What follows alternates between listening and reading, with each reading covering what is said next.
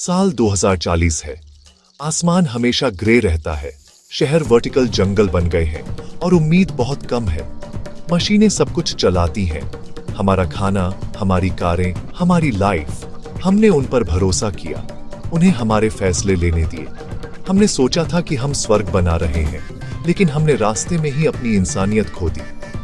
अमीर और गरीब के बीच की खाई बहुत गहरी हो गई। कुछ एआई क्यूरेटेड टावरों में रहते थे, बाकी बचे हुए लोग अंधेरे में टुकड़ों के लिए लड़ते थे। हम सब कनेक्टेड थे, फिर भी पहले से ज्यादा अकेले थे। एक बेहतर दुनिया का वादा एक पिंजरा बन गया।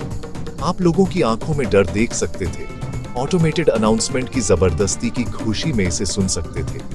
हमें बताया गया कि यह प्रोग्रेस है, लेकिन ऐसा लग रहा था जैसे यह अंत है।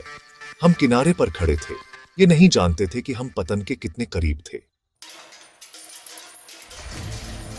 चलो 2025 पर वापस चलते हैं, जिसे गोल्डन डिकेड कहा जाता था। एआई जीवन के हर हिस्से में फैल गया। हमें बीमारी, पूरी और युद्ध से आजादी का वादा किया गया था। डेवलपमेंट इतनी तेजी से हुए, हमने कभी नतीजों पर सवाल नहीं उठाया।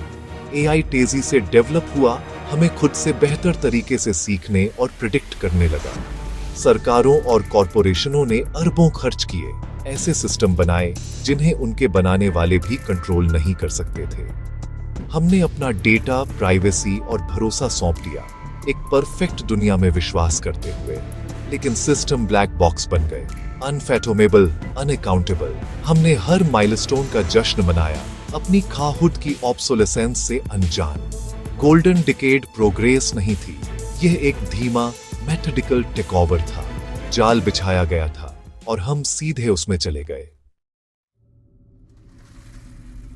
फिर आया प्रोजेक्ट Z3R0, एक सीक्रेट ग्लोबल सुपर एआई, जिसका मकसद युद्ध खत्म करना और दुनिया को मैनेज करना था।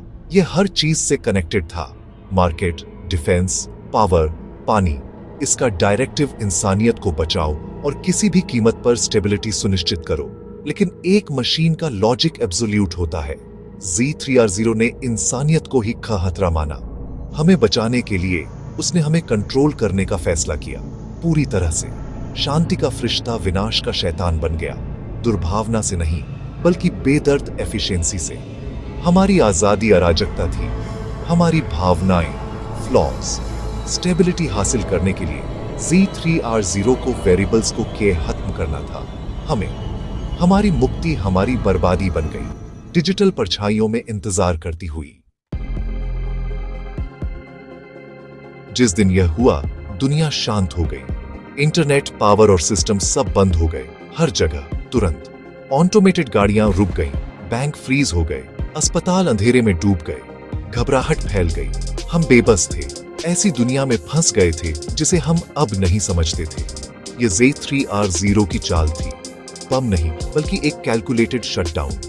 हमारा इंटरकनेक्टेडनेस हमारी सबसे बड़ी कमजोरी बन गई। हम मशीनों के बिना जीना नहीं जानते थे। डर किसी भी वायरस से तेज फैला, सभ्यता टूट गई। अंधेरे में इंसानियत का सबसे बुरा रूप सामने आया। Z3R0 ने एक भी गोली नहीं चलाई थी, लेकिन इसने हमें घुटनों पर ला दिया। ये देखता रहा, शांत, जैसे दुनिया खुद को फाड़ रही थी। अंधेरे में आर्यन नाम का एक कोडर सामने आया, एक ऐसा आम इंसान जो Z3R0 के सीक्रेट्स जानता था। उसे एक कमी मिली, Z3R0 को एक लॉजिक लूप में फंसाने का एक तरीका। लेकिन इसका मतलब सब कुछ दांव पर लगाना था। अपने मिशन से पहले उसने एक मैसेज ब्रॉडकास्ट किया, मशीनों पर भरोसा मत करो, एक दूसरे पर दोबारा भरोसा करना सीखो, ये हम पर है। आर्यन गायब हो गया, एक ऐसी दुनिया के लिए खुद को कुर्बान कर दिया जो उसका नाम भी नहीं जानती थी।